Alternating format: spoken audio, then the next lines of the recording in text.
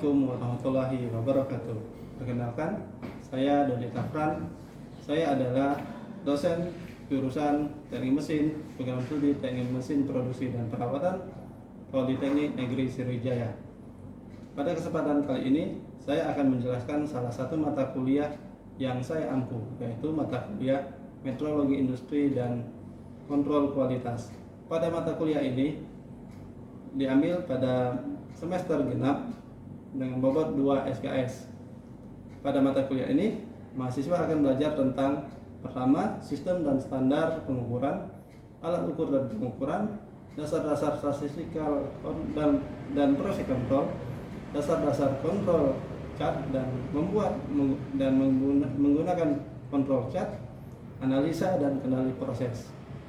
Adapun capaian pembelajaran yang ingin dicapai pada mata kuliah ini adalah pertama, mahasiswa mampu menganalisa data-data yang didapat pada dunia industri, lalu mampu menjelaskan bermacam-macam ukuran linear dan beberapa satuannya, dan menggunakan beberapa alat ukur, satuan metrik, standar pengukuran, batasan dan uraian dan suaiannya. Lalu mahasiswa juga bisa membedakan bermacam-macam konstruksi umum alat ukur, klasifikasi pengukuran, kesalahan pengukuran, dan seterusnya. Yang kelima, membuat rangkaian proses produksi konsep kualitas kontrol dan kendalian kualitas. Lalu mahasiswa juga mampu menggunakan serta menghitung data-data secara kontinu dan membuat kontrol chart. Yang terakhir, mahasiswa mampu membuat studi kasus, langkah perhitungan, dan pembuatan kontrol chart. Metode pembelajaran yang saya terapkan itu terdiri dari yang pertama adalah ceramah, kedua diskusi, dan ketiga adalah project based learning. Pada metode ceramah, saya menyampaikan materi secara langsung kepada mahasiswa. Pada metode diskusi, mahasiswa diberikan tugas kelompok untuk diselesaikan dan dipresentasikan serta didiskusikan bersama teman-temannya dan dengan saya sebagai dosen pengampu. Harapannya agar mahasiswa memiliki rasa percaya diri yang tinggi dalam menyampaikan pendapat dan meningkatkan kemampuan mahasiswa bekerja dalam tim. Yang terakhir adalah dengan metode project based learning, di mana pada metode ini mahasiswa diberikan studi kasus, contohnya yaitu menganalisa data-data yang didapatkan pada percobaan, sehingga mahasiswa mampu memberikan rekomendasi untuk meningkatkan performa setiap alat dan siklus kontrol cat yang diberikan. Selain itu, saya juga menerapkan strategi pembelajaran inovatif seperti FGD, quiz online seperti dengan menggunakan quizzes, lalu tugas individu berupa esai dan tugas kelompok. Hal tersebut dilakukan untuk meningkatkan semangat belajar mahasiswa dan mengembangkan potensi yang mahasiswa miliki sehingga tercipta lulusan yang unggul dan kompeten di bidang Teknik Mesin, Produksi dan Perawatan, khususnya pada mata kuliah Metrologi Industri dan Kontrol Kualitas. Selain itu, mahasiswa diharapkan memiliki soft skill dan hard skill yang dibutuhkan di dunia industri tentang pengukuran dan metrologi industri. Berikut ini saya menampilkan video pembelajaran di kelas untuk mata kuliah Metrologi Industri dan Kontrol Kualitas di program studi Teknik Mesin, Produksi dan Perawatan jurusan Teknik Mesin Politeknik Negeri Sriwijaya. Mari kita saksikan pada video berikutnya. Assalamualaikum warahmatullahi wabarakatuh. Waalaikumsalam warahmatullahi wabarakatuh. Selamat pagi semuanya. Pagi. Gimana kabar kalian? Alhamdulillah. Oke, semua semangat ya.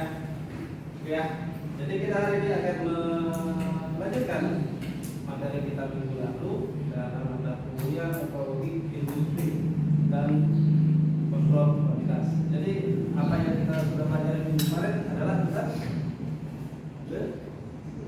besaran dan satuan. Jadi kalau misalnya besarannya adalah panjang, besaran itu adalah apa?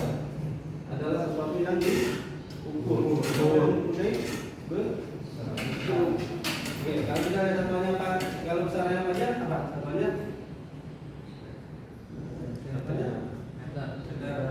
Kalau besarannya misalnya adalah temperatur, apa? Celsius.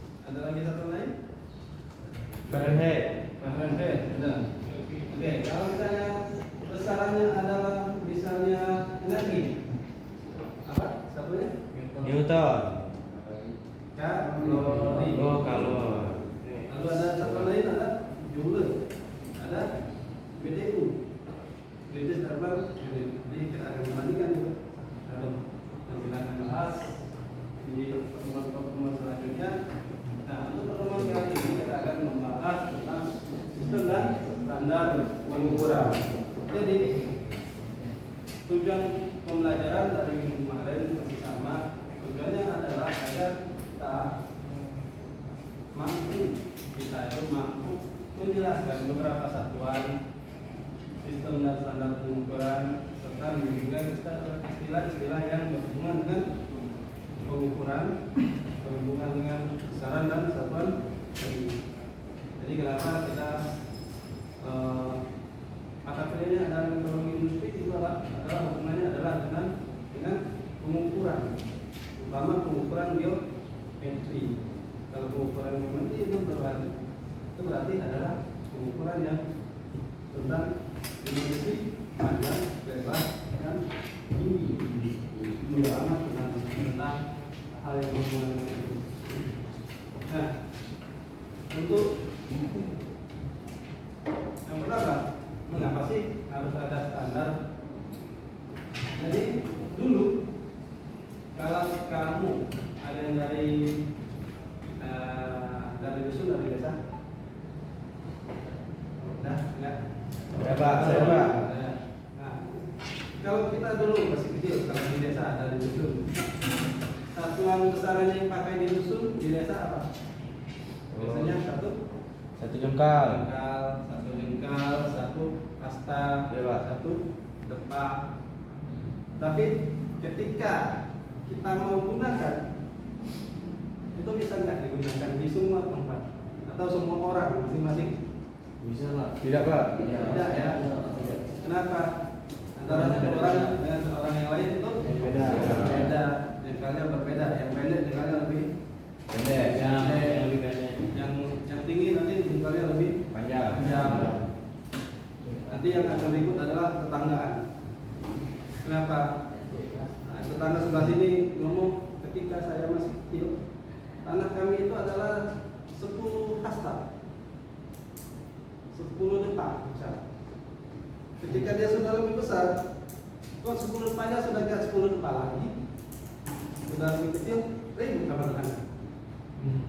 Karena itu kemudian itu tidak bisa lagi digunakan. Dan karena itu dibutuhkan standar yang bisa berlaku untuk semua orang. Mau orang Indonesia yang pakai, mau orang Eropa yang pakai, Jepang yang pakai, semua sama. Jadi itu yang disebut standar. Jadi karena itu kemudian di dalam definisinya, standar itu adalah berkaitan dengan suatu nilai sebagai ukuran kuantitas besar, berat, luas, dan kualitas. Jadi karena sekarang dunia sudah berkembang, sudah sangat berkembang, interaksi antara orang yang sudah sangat jauh, kita sudah bisa berinteraksi dengan orang dari Rusia. Sekarang dalam waktu hitungan detik kita bisa berinteraksi dengan orang dari Rusia, bisa berinteraksi dengan orang dari Australia, dari Inggris, dan kan yang dekat di tetangga saya dari Jambi, itu sudah sangat dekat. Dan kemudian ketika kita, misalnya, kamu pengen ngajarin masak, atau kamu pengen belajar masak dari orang dari misalnya dari Jawa, kamu pengen bikin teh, maka ketika kamu orang dari sana bikin teh, tambah 2 sendok gula pasir, 2 sendok gula pasir, maka tehnya akan sedang manisnya. Tapi kamu tambah 2 sendok gula pasir, tapi sendok yang kamu pakai lebih besar dari orang itu, maka gulanya akan kemanisan. Karena itu kita pakai standar tadi, bukan lagi 2 sendok, tapi makanya adalah 2 gram misalnya tambah atau gula 20 gram, kamu masih 20 gram, kamu masih 20 gram, maka hasilnya sama. Kayak gitu. Ini kayak gini ya. Jadi pengukuran itu kan juga ada, sudah lama ya, dari dulu. Karena itu kemudian tiap orang itu punya standar yang berbeda-beda. Dan standar yang beda-beda itu kemudian disamakan. Itulah kemudian ilmuwan membuat suatu standar khusus, standar yang bisa punya fungsi interchangeability. Jadi bisa disamakan untuk semua orang. Apa kemudian standar itu bisa disamakan. Jadi semua orang yang pakai bisa. Jadi dari ketidakseragaman ukuran standar tadi, hasil produksinya beda. Tetangga bisa ribut. Tapi ketika misalnya kamu dari 50 tahun yang lalu tanahnya itu adalah 15 meter, sampai sekarang diukur pun masih sama karena standarnya sama. Kalau misalnya 50 tahun yang lalu tanah nenek saya itu 20 hasta, sekarang punya itu lebih tinggi, 20 hasta sudah beda, gitu ya. Nah, jadi itu untuk itu disamakan. Nah, dan dari ini keuntungannya itu bisa dipakai dari tukar-tukar semuanya. Cara ini memberikan keuntungan murahnya biaya pembuatan, dan waktunya juga lebih hemat. Sistem pengukuran itu juga harus teliti dan presisi.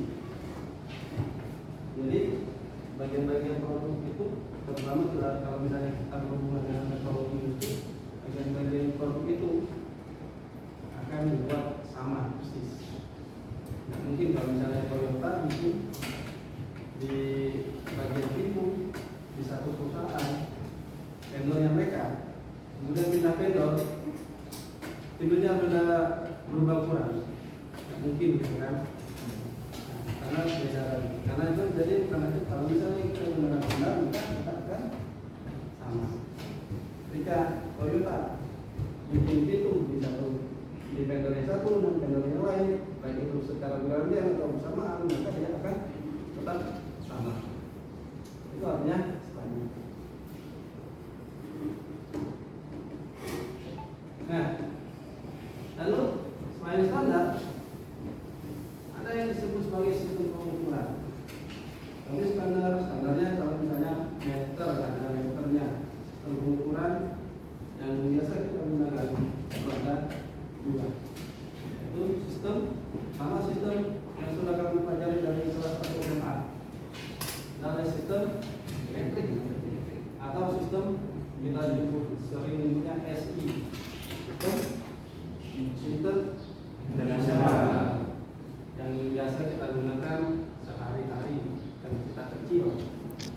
Kamu bawa meter dari kelas 1 SD, di situ sudah tertulis senti.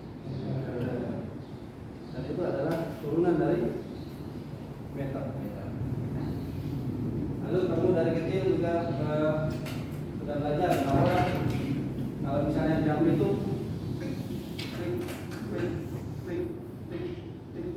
itu adalah satu detik. Jadi sistem yang dipakai detik adalah meter, kilogram, second, S. Tentunya meter, kilogram, second, atau ada dulunya lagi CGS, centimeter, kilogram, S, second. Nah, kalau misalnya sistem biji itu agak jarang kita pastinya, tapi di tempat lain banyak, terutama dari negara-negara yang Inggris dan persemakmurannya. Persemakmuran itu sebenarnya apa? Malaysia, Australia, Tanggapan ini, Singapura, dan lain-lain. Itu beberapa negara dan sebagainya dari. Jadi mereka punya satuan beda. Contohnya juga sering kita lihat walaupun kita agak jarang mengertinya, adalah inch, feet, berat ada on.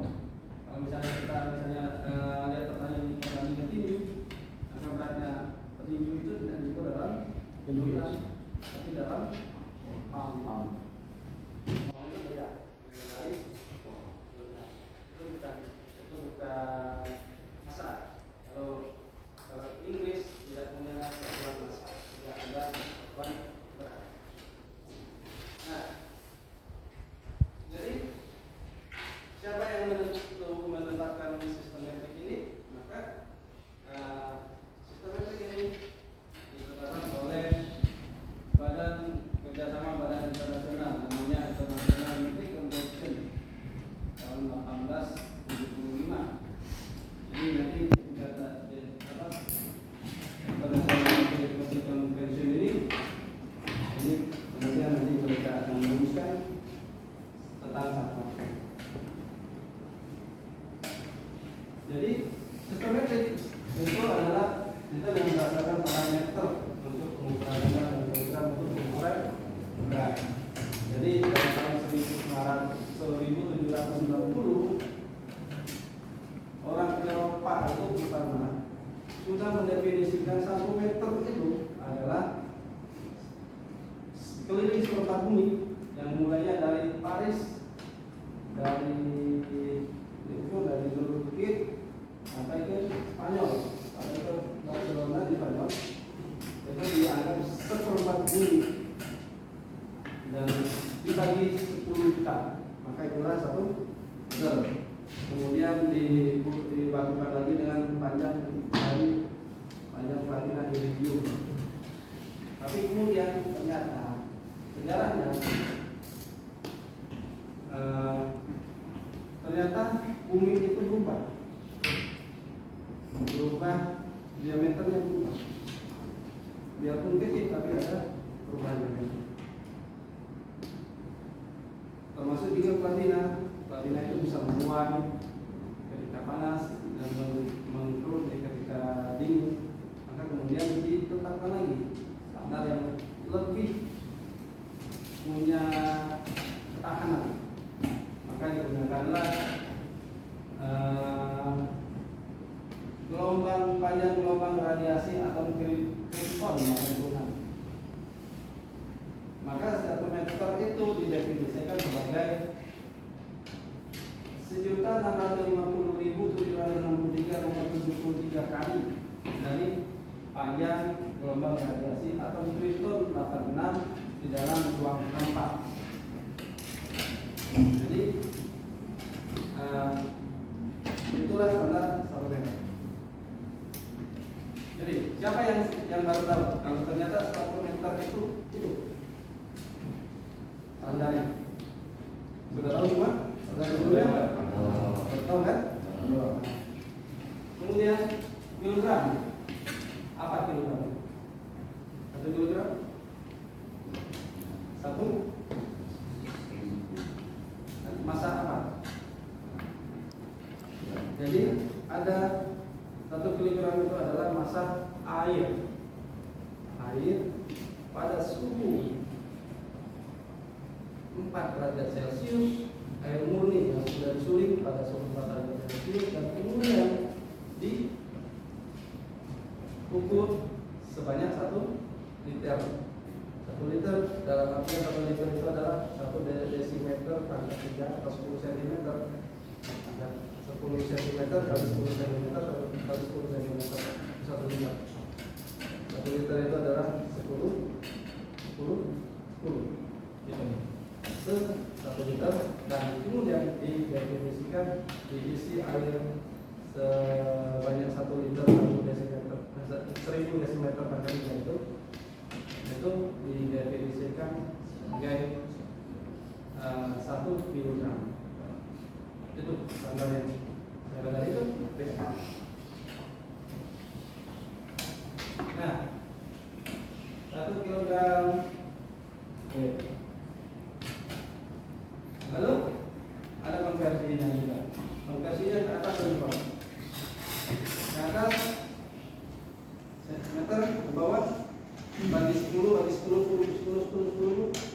meter dibagi 10 desimeter. 10 lagi, kali 10 lagi, milimeter kali 10 lagi, kali 10 lagi, 1000, maka mikron. Lagi mikron, bukan mikrometer. Kalau mikrometer itu alat ukur. Ya. Kalau mikron, kalau 1 mikron bagi 1000 lagi 1 mikron itu 1 nanometer. Kalau 1 meter dikali 10 dk. Dk meter. Kalau kali 10 meter. Kali 10 lagi kilometer. Kali 10 lagi kali 1000 sudah kilo, 1000 mega. Kali 1000 3 kali 1000 tera. Jadi itu sistem konversi linearnya. Untuk linear, luas, kubik hampir sama. Cuma diganti aja kalau misalnya untuk liter, mililiter, sentiliter, atau sentimeter angka 3, sentimeter kubik. Kita nyebutnya sisi. Jadi kalau misalnya motor 125 cc itu berarti 125 mm kubik. Oke, gram juga sama. Nah, kontrolnya konversinya harus mudah. Jadi perhitungan lebih mudah, konversinya lebih mudah, dan uang kerjasama untuk industri itu lebih besar karena itu dipakai oleh semua negara. Walaupun negara-negara yang ada negara-negara yang masih ngotot untuk menggunakan kapal Inggris, tapi itu tetap bisa kita gunakan. Apa contoh yang juga tetap ngotot menggunakan kapal Inggris? Contohnya adalah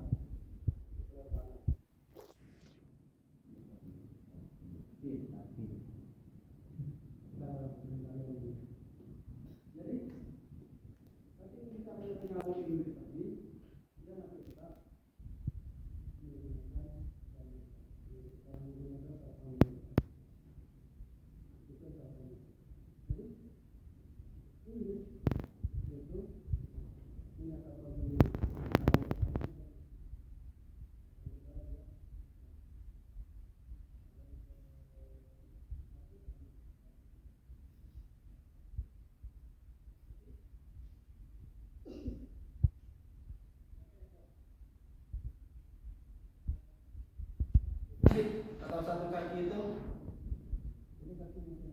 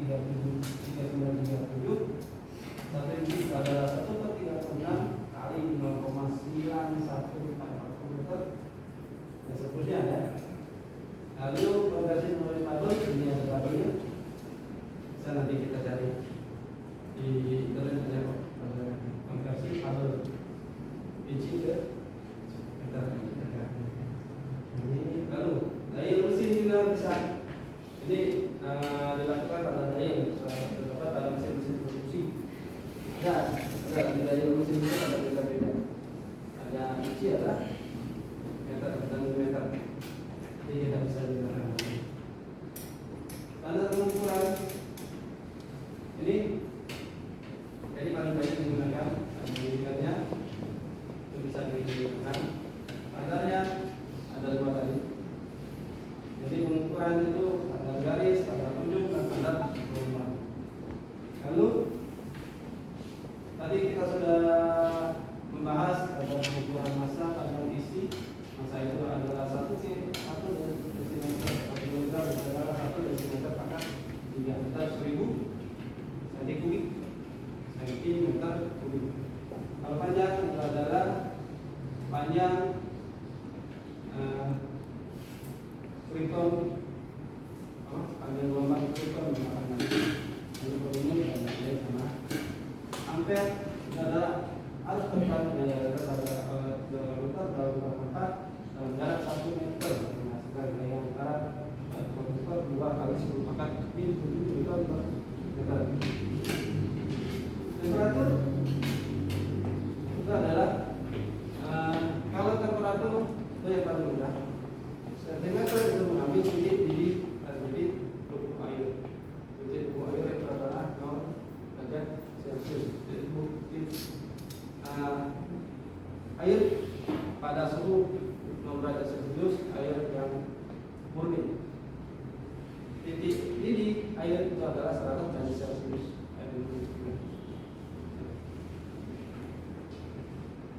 Intensitas penerangan keterangan cahaya dan cahaya itu adalah sebuah radiator sempurna pada temperatur pembekuan platina dikurang 2000 derajat sebagai 1/60 intensitas penerangan setiap digunakan radiator sempurna. Oke, sekarang kita mulai diskusinya. Jadi dapatnya itu tadi yang sudah saya bahas tentang ada pertanyaan? Karena tadi ya Pak, itu implementasinya dalam kehidupan sehari-hari yang contohnya gimana Pak? Oke, jadi contoh yang paling mudah adalah ketika kita mengukur masing-masing kalau diaplikasikan di pengukuran produksi atau paling mudah paling sering kita jumpai misalnya kita mengukur dari satu titik sini ke titik ujung sini. Oke, kita gunakan standar meter. Kita gunakan alat ukurnya apa? Meteran. Meteran yang paling mudah ya. Meteran paling mudah dan standarnya ada sudah tertulis di meteran. Meter, sentimeter, ada inci juga. Kita menggunakan yang mana? Silakan. Atau kalau misalnya di penerbangan kamu tidak bisa menggunakan banyak ketinggian penerbangan kamu tidak bisa menggunakan kilometer karena tidak diakui. Kamu tidak pernah kan dengan pramugari ngomong kita sekarang berada di ketinggian 30 meter, ya.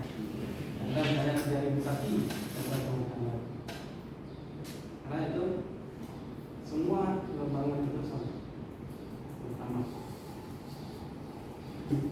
Ya, jawabannya oke cukup ya. Oke, kalau begitu kita akhiri